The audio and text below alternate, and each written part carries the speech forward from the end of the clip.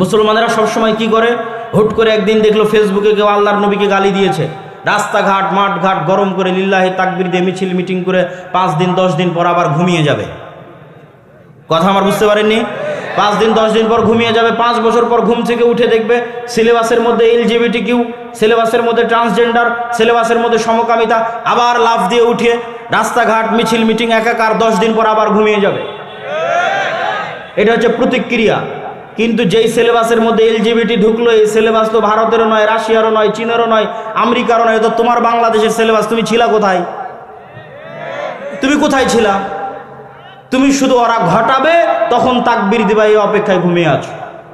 কিন্তু তারা 100 বছরের দীর্ঘমেয়াদী পরিকল্পনা নিয়ে, 50 বছরের দীর্ঘমেয়াদী পরিকল্পনা নিয়ে কাজ করে যাচ্ছে। যখন একটা জিনিস বাইরে ভাইরাল হয়, তোমরা লাফ দিয়ে উঠে তাকবীর দাও, তখন ওরা বলে আচ্ছা ঠিক আছে, এবারের মতো না, আরো 5 বছর 3 বছর অপেক্ষা করো, নতুন সিস্টেমে এদেরকে খাওয়াবো, এরা তো আবার ঘুমিয়ে যাবে। তখন আবার প্রকাশ হবে, আবার আপনি লাফ দিয়ে গিয়ে তাকবীর দিবেন, মিছিল মিটিং করবেন, আবার ঘুমিয়ে যাবে। এভাবে কখনো হয় না। তারা দীর্ঘমেয়াদী পরিকল্পনা নিয়ে কাজ করে। এই জন্য মুসলমানদেরকে শিক্ষা নিয়ে, দীর্ঘমেয়াদী পরিকল্পনা নিয়ে, চারিত্রিক উন্নয়ন নিয়ে, সততা, ন্যায় পরায়ণতা, আমানতদারিতা নিয়ে এবং শিক্ষা নিয়ে ইত্যাদি নিয়ে দীর্ঘমেয়াদী কাজ করতে হবে। সিস্টেম তৈরির পিছনে কাজ করতে হবে। ধরেন পাশের বাড়ির ছাগল যদি আপনার গাছ খেয়ে ফেলে, তাহলে প্রতিক্রিয়া হচ্ছে আপনি চিল্লাচিল্লি করবেন, গালাগালি করবেন। তারপরে ছাগল 5 দিন আসবে না, 5 দিন পর আবার ছাগল আসবে, আপনি আবার চিল্লাচিল্লি করবেন, গালাগালি করবেন। এটার নাম প্রতিক্রিয়া। আর অ্যাক্ট কি, কাজ কি, সিস্টেম কি, আপনি ওই গাছটা বেড়া দিয়ে ঘিরে দিবেন, তার পাশে আরও বড় প্রাচীর দিয়ে ঘিরে দিবেন, যেন ওই ছাগল আর কোনোদিন এই গাছের কাছে আসতেই না পারে। এটা হচ্ছে কাজ। ছোট ছোট বিষয় নিয়ে মারামারি করে মানুষের অন্তর ছোট হয়ে যায় গোলামির কারণে, মানুষের অন্তর নত হয়ে যায় গোলামির কারণে, মানুষের ব্যক্তি সম্মান নষ্ট হয় গোলামির কারণে, মানুষের ব্যক্তিত্ব, আত্মমর্যাদা, আত্মসম্মান নষ্ট হয় গোলামির কারণে। দলিল আমার কাছ থেকে দলিল হচ্ছে, এই জন্যই আল্লাহ সুবহানাহু ওয়া তাআলা মুসা আলাইহিস সালামকে বানু ইসরাঈলদের সাথে বড় করেননি। মুসা আলাইহিস সালামকে আল্লাহ বড় করেছেন ফেরাউনের বাড়িতে। ফেরাউনের বাড়িতে মুসা আলাইহিস সালাম স্বাধীনভাবে আত্মমর্যাদা নিয়ে, আত্মসম্মান নিয়ে, ব্যক্তিত্ব নিয়ে রাজপুত্র হিসেবে ফেরাউনের বাড়িতে বড় হয়েছে। ফেরাউনের বাড়িতে বড় হওয়ার কারণেই মুসা আলাইহিস সালাম যখন বাড়ি থেকে বের হয়ে দেখছেন 25-30 বছর বয়স, যে একজন ফেরাউনের লোক একজন বানু ইসরাইলের লোকের উপর অত্যাচার করতেছে, তখন মুসা আলাইহিস সালাম এক থাপ্পড়ে ফেরাউনের লোককে মেরে ফেলে দিয়েছেন। এই থাপ্পড় দেওয়ার জাজবা কোনো গোলামের থাকতে পারে না। এই থাপ্পড় দেওয়ার জাজবা মুসা আলাইহিস সালামের মধ্যে এই জন্যই এসেছে যে উনি স্বাধীনভাবে ফেরাউনের বাড়িতে বড় হয়েছেন। আল্লাহ সুবহানাহু ওয়া তাআলা এই জন্যই ওনাকে বানু ইসরাঈলের সাথে বড় করেনি। কিন্তু উনি তো স্বাধীনভাবে আত্মমর্যাদা নিয়ে বড় হলেন, কিন্তু যাদের উনি নবী, এরা তো 300 বছর থেকে গোলাম। এই জন্য কথায় কথায় এদের আচরণ দেখেন। নবীকে বলতেছে তোমার আল্লাহকে না দেখলে ঈমান আনবো না, নবীকে বলতেছে এক খাবার প্রতিদিন ভালো লাগে না, নবীকে বলতেছে তুমি যাওয়ার তোমার আল্লাহ গিয়ে যুদ্ধ করো, তারপরে জয় হলে আমরা আসব। এই ধরনের কথা একজন নবীর সাথে কেমনে যায়? নবী ব্যক্তিত্ব, আত্মমর্যাদা, আত্মসম্মান, সত্যবাদিতা, আমানতদারিতা, ন্যায়পরায়ণতার বৈশিষ্ট্যে বড় হয়েছে। আর এরা গোলামির জীবনযাপন করেছে, এই জন্য এদেরকে উনি চালাতে পারেননি। আমরা মুসলমানেরা, আমাদেরও স্বভাব এতটা নিকৃষ্ট, এতটা খারাপ, এতটা জঘন্য ছিল না। কিন্তু দীর্ঘ 200, 250, 300 বছরের ব্রিটিশদের গোলামি আমাদেরকে মিথ্যুক, দুর্নীতিবাজ, ধোঁকাবাজ, ফাঁকিবাজ বানিয়ে ছেড়েছে। আমাদের রক্তের মধ্যে মিথ্যা, ধোঁকা, দুর্নীতি এবং ফাঁকি ঢুকে গেছে গোলামি করতে করতে। আপনাদের RS পর্চার আগের CS এবং SA পর্চা খুলে দেখেন, আপনারা জমির মালিকই ছিলেন না। ওখানে তাদের নাম লেখা আছে যে জমিদারের নামে কর এবং খাজনা দেওয়া হতো, জমির মালিকই ছিলেন না। ব্রিটিশরা পিটিয়ে নীল চাষ করাতো এই অঞ্চলের মানুষকে, আর ডিভাইড অ্যান্ড রুলস, একজনকে আরেকজনের বিরুদ্ধে লাগিয়ে রেখে শাসন করত। তো একজন আরেকজনের বিরুদ্ধে লাগতে লাগতে, মারামারি করতে করতে অন্তর ছোট হয়ে গেছে, জাতিগতভাবে অন্তর ছোট হয়ে গেছে। তার প্রমাণ সাধারণ মানুষ বাদ, আপনি আলেম ওলামাকে দেখেন না, মঞ্চে উঠে, স্টেজে উঠে কিভাবে গালাগালি করে। আলেম ওলামাদের দেখলে আপনি বুঝতে পারবেন যে ব্যক্তিত্ব, আত্মসম্মান, আত্মমর্যাদা, জাতি হিসেবে আমাদের কোথায়। আপনি বলবেন এটা কি শুধু বাংলাদেশের মুসলমানদের অবস্থা? জি না, বাংলাদেশের মুসলমানদের চেয়ে ভয়াবহ, জঘন্য, নিকৃষ্ট অবস্থা আফ্রিকার মুসলমানদের। তারা আরো বেশি জঘন্য গোলামি করেছে ফ্রান্সের, ইতালির, স্পেনের। আপনি যান, গেলে দেখতে পাবেন কিভাবে তাদের জীবনের সাথে মিথ্যা, ধোঁকা, শঠতা, ফাঁকিবাজি মিশিয়ে আছে। ইতালি আর ফ্রান্সের রাস্তায় যত চোর আছে, যত ডাকাত আছে, যত ছিনতাইকারী আছে, তার বেশিরভাগ মুসলমান। আল্লাহর কসম, তার বেশিরভাগ মুসলমান। কেন? ওদেরকে ফ্রান্স, ইতালি, স্পেন এমনভাবে ওদেরকে শাসন করেছে, এমনভাবে ওদেরকে গোলাম বানিয়ে রেখেছে যে ওদের স্বাভাবিক জন্মগত চরিত্র ধ্বংস হয়ে গেছে। আর আমরা যে আজকের যুগের বানু ইসরাইল, তার প্রমাণ, তার আর একটা প্রমাণ দিয়ে আমার বক্তব্য সামনের দিকে এগিয়ে যায়। ওই যুগের বানু ইসরাইলেরা যে গোলাম ছিল তার প্রমাণ আল্লাহ কোরআনে বলছে, ইযাববিহুনা আবনাকুম, তোমাদের ছেলে সন্তানদের ওদের চোখের সামনে ওদের ছেলে সন্তানদের জবাই করতে ফেরাউন। তাদের চোখের সামনে তাদের ছেলে সন্তানদের জবাই করতে ফেরাউন। আর আজকে কিসের আমার চোখের সামনে? আজকে সারা বিশ্বের চোখের সামনে মুসলমানদের জবাই করতেছে আজকের যুগের ফেরাউনেরা ফিলিস্তিনে। সারা বিশ্বের চোখের সামনে। এই একটাই প্রমাণ করে যে আপনি গোলাম, আমি গোলাম, আমরা কৃতদাস, গোলামের জীবন যাপন করছি। আমরা হচ্ছে এই যুগের বানু ইসরাইল, আর ওরা হচ্ছে এই যুগের ফেরাউন। আর আমাদের স্বভাব চরিত্রের কারণে আমাদের ভাগ্য বানু ইসরাইলের ভাগ্যের সাথে মিশে গেছে। গোলামি আমাদের ভাগ্যে লেখা হয়ে গেছে। আমাদেরকে সততা, ন্যায়পরায়ণতা, আমানতদারিতায় ফিরে যেতে হবে। এই জন্য আল্লামা ইকবাল বলেছেন, সাবাক ফিরসে পড় সাদাকাত কা, আদালত কা, শুজাআত কা, লিয়া জায়েগা তুঝসে কাম, দুনিয়া কি ইমামত কা। এই মুসলমানেরা, এই মুসলিম জাতি, এই মুসলিম উম্মাহ, আমি তোমাদেরকে বলছি, তোমাদের মধ্যে সালাত আছে, সিয়াম আছে, হজ আছে, যাকাত আছে। তোমাদের মধ্যে নাই সত্যবাদিতা, তোমাদের মধ্যে নাই আমানতদারিতা, তোমাদের মধ্যে নাই ন্যায়পরায়ণতা। তোমরা নতুন করে সত্য বলা শিখো, তোমরা নতুন করে আমানতদারিতা শিখো, তোমরা নতুন করে ন্যায়পরায়ণতা শিখো। আল্লাহ পুনরায় তোমাদেরকে দুনিয়ার নেতৃত্ব দিয়ে দিবে। এটা আল্লামা ইকবাল তার কবিতার মধ্যে লিখে গেছেন। উনি ধরতে পেরেছিলেন আজকের মুসলমানেরা কোন অবস্থায় আছে, কি সমস্যার মধ্যে আছে, সেটা তিনি ধরতে পেরেছিলেন। সম্মানিত উপস্থিতি, মুসলমানদের এই ভয়াবহ গোলামির চিত্র, ভয়াবহ দাসত্বের চিত্র আপনি যদি দূরবীন দিয়ে দেখতে চান, তাহলে একটি দৃশ্যই আপনার জন্য যথেষ্ট যে মুসলমানেরা কিরকম গোলামি, কিরকম দাসত্বের মধ্যে নিমজ্জিত আছে। একটি চিত্র বলে আমার বক্তব্য সামনের দিকে এগিয়ে নিয়ে যাই। সারা বিশ্ব থেকে, শুধু বাংলাদেশ নয়, Bangladesh, Pakistan, Malaysia, Syria, Libya, Yemen, মিশর, আফ্রিকা, সারা বিশ্ব থেকে মুসলমানেরা অবৈধ উপায়ে ইউরোপ এবং আমেরিকা যাওয়ার জন্য, ইউরোপের কান্ট্রিগুলোতে যাওয়ার জন্য লিবিয়ার নদী বন্দর, সমুদ্র বন্দরে জমা হয়। এরা রোহিঙ্গাদের মতো করে বাতাস দিয়ে ফুলানো নৌকায় চড়ে, যেই নৌকাতে 300-400 জন আরোহী উঠে। এই 300-400 জন আরোহী নিয়ে এই নৌকা হয় ডুবে যাবে, আর না হয় ইউরোপ তাদেরকে ভিক্ষা দিবে শরণার্থী হিসেবে, যে আসো আমার দেশে থাকো, গোলামি করো, শরণার্থী হিসেবে ভিক্ষা দিবে। এরা আবার ওই দেশে গিয়ে কি করবে? আপনি ইউরোপে যতজন মুসলমান আছে, আমেরিকায় যতজন মুসলমান আছে, তাদের আমি ছোট করছি না, কখনোই না, কিন্তু মুসলমানদের সামাজিক অবস্থান দেখাচ্ছি। তাদের জিজ্ঞেস করবেন যে ইউরোপ আমেরিকায় মুসলমানেরা কি করে, মুসলমানেরা কয়জন ডাক্তার, কয়জন বিশ্ববিদ্যালয়ের প্রফেসর, কয়জন বিজ্ঞান ইনস্টিটিউটের মালিক, কয়জন ব্যবসায়িক কোম্পানির মালিক? না বেশিরভাগ মুসলমান ট্যাক্সি ড্রাইভার, বেশিরভাগ মুসলমান রেস্টুরেন্টের ওয়েটার, না বেশিরভাগ মুসলমান কেয়ার হোমের জব করে, না বেশিরভাগ মুসলমান সুপার শপের দোকানদারি করে? খোঁজ নিয়ে দেখবেন। আর একটা ইহুদি পল্লীতে খোঁজ নিয়ে দেখবেন, ওই ইহুদি পল্লীতে যদি 300 জন বসবাস করে, তাহলে ওই ইহুদি পল্লীর 300 জনের 300 জন ইহুদি, 300 জনই হয় ডাক্তার, না হয় মেডিকেলের প্রফেসর, না হয় কোম্পানির মালিক, না হয় ব্যাংকের মালিক। আর মুসলমানেরা হচ্ছে সমাজের তৃতীয় শ্রেণীর নাগরিক। এই জন্য আমি বলেছি, ভারতের মুসলমানদের সাথে ইউরোপ আমেরিকার মুসলমানদের কোনো পার্থক্য নাই। এতটুকু যে ভারতের মুসলমানেরা নাগরিক অধিকার পায় না, মানবিক অধিকার পায় না। ইউরোপ আমেরিকার মুসলমানেরা নাগরিক আর মানবিক অধিকার পায়, ন্যূনতম হলেও পায়। কিন্তু পার্থক্য কি? ভারতের মুসলমানেরাও যেমন আপনি খুঁজে দেখবেন, না ডাক্তার, না ইঞ্জিনিয়ার, না মেডিকেলের প্রফেসর, সব হচ্ছে দুবাই, দিল্লি, কেরালা, মুম্বাই, এগুলোতে গিয়ে মিস্ত্রিগিরি করে, যোগালিগিরি করে, লেবারিগিরি করে। ওই একই লেভেলে মুসলমানরা ইউরোপ এবং আমেরিকায় কাজ করে। এটা হচ্ছে মুসলমানদের গোলামির চিহ্ন। মুসলমানদের শিক্ষাগত অধপতন, শিক্ষাগত অযোগ্যতা এবং চারিত্রিক অধপতন তাদের ভাগ্যে গোলামি লিখে দিয়েছে। তাদের ভাগ্যে গোলামি নিয়ে এসেছে শিক্ষাগত অধপতন এবং চারিত্রিক অধপতন। মুসলিম বিশ্বের যারা বড় বড় ধনী দেশ আছে তারা তাদের যে কয় টাকা ইনকাম হয় সে কয় টাকা পর্যটন আর বিনোদনের জন্য ব্যয় করে। আর আমাদের মতো যেগুলো তৃতীয় বিশ্বের মুসলিম দেশ আছে এরা টাকা দিয়ে রাস্তাঘাট ব্রিজ কালভার্ট তৈরি করে, শিক্ষার পিছনে বিনিয়োগ নাই, অর্থনৈতিক উন্নয়নের পিছনে, ব্যবসায়িক প্রতিষ্ঠানের পিছনে, নতুন ব্যবসায়িক খাতের পিছনে, স্বাস্থ্য সেবার পিছনে বিনিয়োগ কম।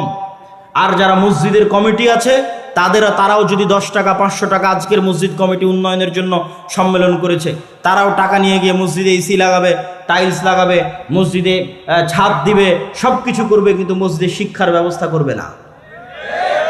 তাহলে সারা বিশ্বের মুসলমানদের কাছে শিক্ষা 2 নাম্বার, আর ইউরোপ আর আমেরিকার কাছে শিক্ষা 1 নাম্বার।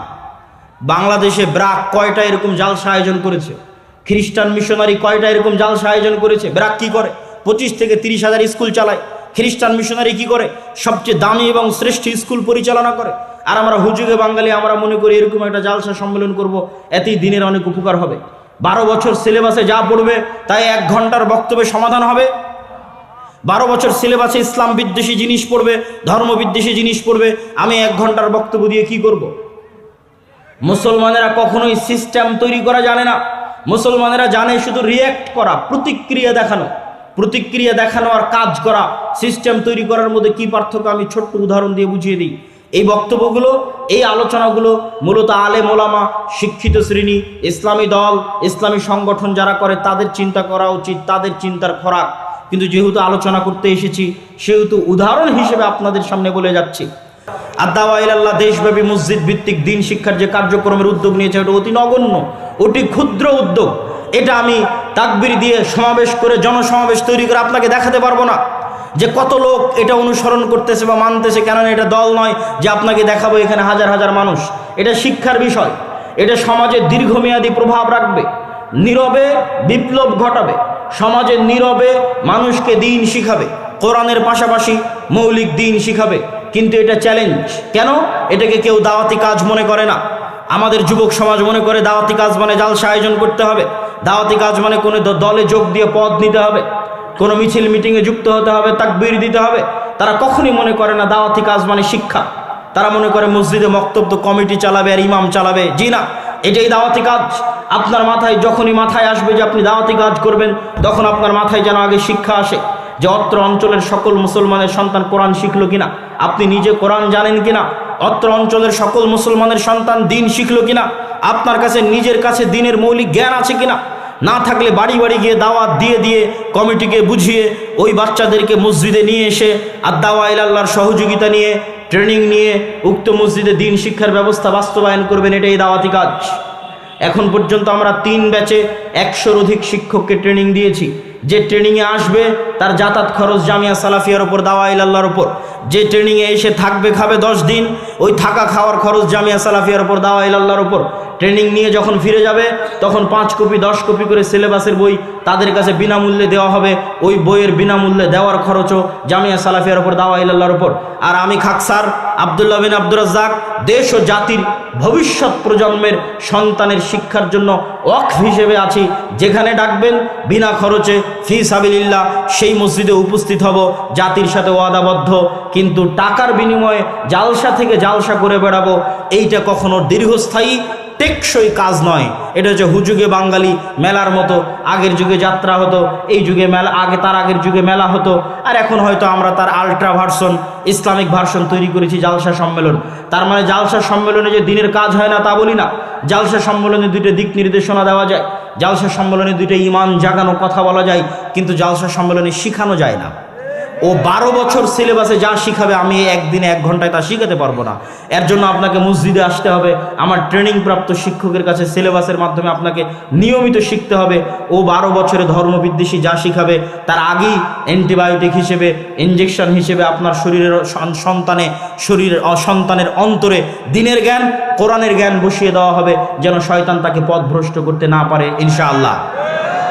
কিন্তু আপনি যদি মসজিদ ভিত্তিক দিন শিক্ষা বাস্তবায়ন না করেন তাহলে জেনে রাখবেন আপনার সন্তানকে, যে কোনো মুসলমানের সন্তানকে কোরআনের জ্ঞান না দিয়ে, মৌলিক দিনের জ্ঞান না দিয়ে বর্তমান যুগে স্কুলে পাঠানো সরাসরি শয়তানের কাছে পাঠানো।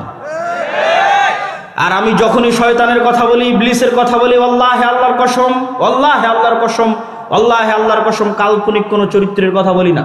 যে ইবলিস পৃথিবীতে বাস করে, যে ইবলিস আদম আলাইহিস সালাতু ওয়াস সালামকে সিজদা করেনি, সরাসরি ওই ইবলিসের কথা বলি। আমি বক্তব্যে বলেছি শরীফ এবং শরীফার গল্প, ট্রান্সজেন্ডারের গল্প ইবলিস স্বয়ং নিজে লিখেছে। তো আমি যখন বলেছি ইবলিস নিজে লিখেছে, আল্লাহর কসম আমি এটা কাল্পনিক চরিত্র হিসেবে ব্যবহার করিনি। আমি সত্যি সত্যি ওই ইবলিস বুঝিয়েছি যে পৃথিবীতে বাস করে, ওই ইবলিস বুঝিয়েছি যে আদম আলাইহিস সালাতু ওয়াস সালামকে সিজদা করেনি সেই ইবলিস। এই ইবলিসের সবচেয়ে বড় এজেন্ডা হচ্ছে মানুষকে তার স্বাভাবিক মর্যাদা থেকে, স্বাভাবিক মান সম্মান থেকে নিচে নামিয়ে দেওয়া। তাহলে মানুষ যখন এই ধরনের জঘন্য নিকৃষ্ট পশু বৃত্তিতে লিপ্ত হয়ে যাবে, তখন ইবলিস খুশি হবে, ইবলিস শান্তি পাবে, ইবলিস আরাম পাবে। এই জন্য সারা পৃথিবীতে ইবলিস তার এই এজেন্ডা নিয়ে কাজ করতেছে। অতএব আপনি আপনার সন্তানকে দিন না শিখে স্কুলে পাঠালেন মানে ইবলিসের কাছে পাঠালেন। আর সেই দিন আরও ভয়াবহ হবে। কোন দিন ভয়াবহ হবে? আপনি জার্মানিতে খোঁজ নেন, ফ্রান্সে খোঁজ নেন, যে কোনো প্রবাসী ভাইয়ের কাছে, যে মুসলমানের সন্তান যদি স্কুলে যায় আর স্কুলে যদি তাকে সমকামিতা শেখানো হয়, আর বাবা যদি এই সমকামিতার প্রোটেস্ট করে, যেটা আমাদের দিনে হারাম, বা বাবা যদি সন্তানকে শাসন করার চেষ্টা করে, আর ওই সন্তান যদি স্কুলে গিয়ে শিক্ষককে বলে যে আমার স্কুলে যেটা শেখানো হচ্ছে বাবা তার বিরোধিতা করতেছে এবং আমাকে এটা করতে দিচ্ছে না বা মানতে দিচ্ছে না, সাথে সাথে গভর্নমেন্টের পক্ষ থেকে পুলিশের মাধ্যমে সন্তানকে বাপ মা থেকে আলাদা করে দেওয়া হবে, সন্তানকে সেফ হোমে রাখা হবে। মাসে একদিন, বছরে একদিন সন্তানকে আপনি দেখতে পাবেন, সন্তানকে আপনি শিক্ষা দিতে পারবেন না। সন্তান জন্ম দিয়েছেন আপনি, সন্তানের পিছনে খরচ করছেন আপনি, খাওয়াচ্ছেন আপনি, কিন্তু সন্তানকে শিক্ষা দিবে, মানুষ করবে স্বয়ং ইবলিস নিজে। সেই ভয়াবহ দিন এখনো আসেনি। ওই ভয়াবহ দিন আসার আগে এখনো যতদিন আপনাদের মসজিদগুলো আছে, এই মসজিদগুলোতে দিন শিক্ষার ব্যবস্থাকে শক্তিশালী করেন। মসজিদের চাইতে শক্তিশালী হতে হবে দিন শিক্ষার ব্যবস্থা। এমনও বহু মসজিদ গেছি আমাদের 157-58 মসজিদের সফরের মধ্যে, যেই মসজিদগুলোতে এসি আছে, টাইলস আছে, সব কিছু আছে, কিন্তু দিন শিক্ষা, কোরআন শিক্ষার ব্যবস্থা নাই। আবার জিজ্ঞেস করলে কমিটি বলে যে অর্থনৈতিক সমস্যা। তখন আমি কমিটিকে বলেছি আপনার এসি বিক্রি করলে 1 বছর মক্তব চলবে, আর আপনার এসি বিক্রি করা শেষ হয়ে গেলে মসজিদের দেওয়াল থেকে টাইলস খুলে বাজারে বিক্রি করবেন, ওইটা দিয়ে আর কিছুদিন মক্তব চলবে। টাইলস খুলে বিক্রি করা হয়ে গেলে যে ফ্যানগুলো লাগিয়ে রেখেছেন, এই ফ্যানগুলো খুলে বাজারে বিক্রি করবেন, আর কিছুদিন মক্তব চলবে। তারপরে যে মাইক আর ব্যাটারিটা আছে ওটাও খুলে বাজারে বিক্রি করে দিবেন, আর কিছুদিন মক্তব চলবে। তবুও আপনি মসজিদে যা লাগিয়েছেন তার চাইতে শিক্ষা বেশি জরুরি। বিশ্বাস না হলে খ্রিস্টানদেরকে দেখেন, ইউরোপিয়ান এবং আমেরিকানদেরকে দেখেন, তারা আপনার মসজিদের দায়িত্ব নিলে 10 টাকা থাকলে 5 টাকা আগে শিক্ষায় ব্যয় করবে। এরা শিক্ষা জিনিসটা জানে, সিলেবাসের মূল্য জানে। এই জন্যই তো আপনার সিলেবাস পরিবর্তনের জন্য এত চেষ্টা তারা করতেছে। কেন করতেছে? যদি সিলেবাসের কোনো গুরুত্ব না থাকতো, শিক্ষার কোনো গুরুত্ব না থাকতো, তাহলে আপনার সিলেবাস পরিপূর্ণ ইসলামিক হতো। আর বেরাক আর খ্রিস্টান মিশনারিরা বড় বড় জালসা করে বেড়াতো। বুঝেননি মনে হয় যে আপনি বিশাল ইসলামিক সিলেবাস নিয়ে দেশ চালাবেন, আর বেরাক আর খ্রিস্টান মিশনারিরা বড় বড় জালসা করবে, তাহলে তাই হতো না? তো ওরা তো একটাও জালসা করে না, ওরা কিনে ব্যস্ত আছে সিলেবাস আর শিক্ষা, সিলেবাস আর শিক্ষা। তাহলে আপনি কি স্বর্ণের মসজিদ দিয়ে পানি খাবেন? স্বর্ণ দিয়ে মসজিদ বানিয়ে, স্বর্ণ দিয়ে মাদ্রাসার বিল্ডিং বানিয়ে, স্বর্ণ দিয়ে রাস্তাঘাট বানিয়ে ধুয়ে পানি খাবেন, যেখানে যেই মসজিদের আশেপাশে জুয়াখোর, মদখোর, গাঞ্জাখোর, Free Fire, PUBG, TikTok, reels ইত্যাদি নেশাগ্রস্ত যুব সমাজে পরিপূর্ণ হয়ে গেছে। এই মসজিদ বিরান পড়ে থাকবে। বিরান পড়ে থাকা মসজিদ দেখে এসেছে, আপনিও দেখতে পারেন। স্পেনের কর্ডোভা গ্রানাডায় মুসলমানেরা 800 বছর শাসন করেছে। কর্ডোভার জামে মসজিদে এক ছাদের নিচে, এক ফ্লোরে 70,000 মুসলমান মুসল্লি সালাত আদায় করতে পারবে। সেই কর্ডোভার জামে মসজিদ আজ পৃথিবীর সবচেয়ে বড় গির্জা। বাহির থেকে দেখলে দেখবেন মিনার আছে, কারুকাজ আছে, ডিজাইন আছে, মেহরাব আছে, মনে হচ্ছে এখনই আজান দিবে আর এখনই সালাত হবে। ভেতরে ঢুকে দেখবেন মারিয়াম আলাইহিস সালাতু ওয়াস সালাম আর ঈসা আলাইহিস সালাতু ওয়াস সালামের মূর্তিতে পরিপূর্ণ হয়ে আছে। বলেন নাউজুবিল্লাহ। তো মসজিদ তো বিরান পড়ে আছে। এরকম মসজিদ বিরান পড়ে থাকবে যদি আপনি শিক্ষার ব্যবস্থা না করেন। সম্মানিত উপস্থিতি, আমি আমার বক্তব্য দীর্ঘায়িত করতে চাই না, তবে যতটুকু আপনাদেরকে বলে যাচ্ছে এতটুকু নিয়ে যদি কাজ করেন, অন্তত সত্য বলা যদি শিখেন, মিথ্যা থেকে যদি তওবা করেন, যার জীবনে কোনোদিন মিথ্যা বলবেন না। আমি আমার ব্যক্তিগত অভিজ্ঞতা বলি, আমার ছেলে মোহাম্মদ, আমি আগে মনে করতাম ইউরোপ ঘোরার আগে বা ইংল্যান্ড ঘোরার আগে যে তাদেরকে সালাত, সিয়াম, হজ, জাকাত এগুলো শিখাতে হবে। সালাত, সিয়াম জরুরি, কিন্তু এখন আমি মনে করি আগে শিখাতে হবে সত্য বলা, আগে শিখাতে হবে ন্যায় পরায়ণতা, আগে শিখাতে হবে আমানতদারিতা। কেননা আমার নবী মুহাম্মদ সাল্লাল্লাহু আলাইহি ওয়াসাল্লাম নবী হওয়ার আগে জন্মগত সত্যবাদী ছিলেন, নবী হওয়ার আগে জন্মগত আমানতদার ছিলেন, নবী হওয়ার আগে জন্মগত ন্যায়পরায়ণ ছিলেন।